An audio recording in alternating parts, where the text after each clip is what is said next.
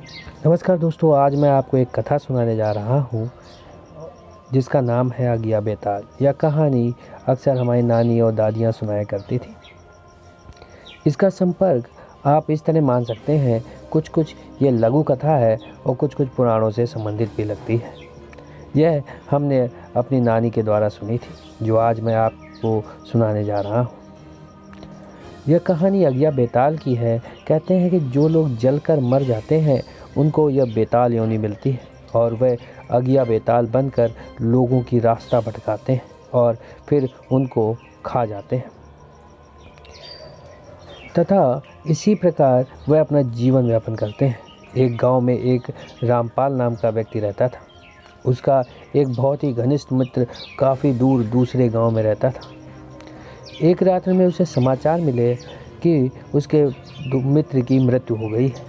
रात में समाचार मिलने के कारण वह रात में ही अपने मित्र के अंतिम दर्शन के लिए निकल पड़ा। गांव का रास्ता काफ़ी लंबा था, इसलिए उसने जंगल का रास्ता चुना।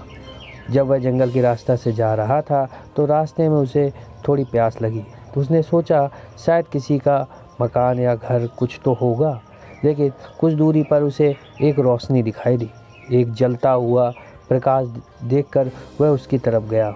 वहाँ पर देखा तो वहाँ कुछ नहीं था। इस प्रकार उसे कुछ दूरी पर फिर प्रकाश दिखाई दिया। बार बार ऐसा होते हुए देखकर वह सतर्क हो गया। उसने सोचा शायद कोई घटना मेरे साथ घटित होने वाली है।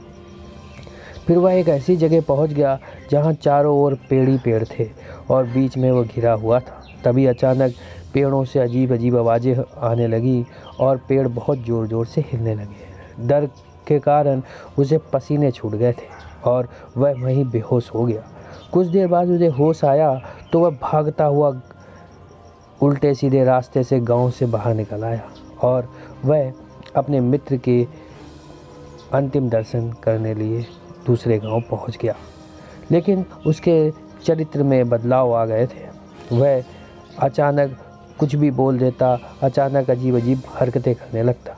दर्शन करने के बाद वह वापस जाने लगा तो उसका मन भ्रमित हो गया और वह फिर उसी जंगल में लौट गया।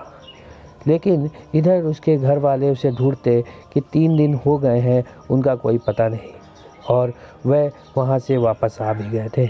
लेकिन जब उनका कोई पता नहीं मिली तो 3 दिन बाद गांव वाले लोग जंगल में गए, जहाँ उसकी लाश एक पेड़ के किनारे मिली।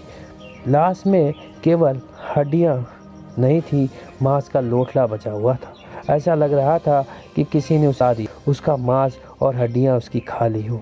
केवल खाल ही खाल बची हुई थी। गांव के लोगों ने जब उसकी लाश को देखा तो वह भी घबरा गए और वह वापस लौटने लगे और उन्होंने कहा ये अगिया बेताल का काम है। जिसके बाद सभी लोग उस लाश को ले जाकर उसको जला देते हैं। तब से जंगल में कोई भी व्यक्ति नहीं जाता है। धन्यवाद दोस्तों, बने रहें हमारे चैनल के साथ, देखते रहें रोचक जानकारी भरी कहानियाँ और अभी हमारे चैनल को सब्सक्राइब करना बिल्कुल मत भूलिएगा।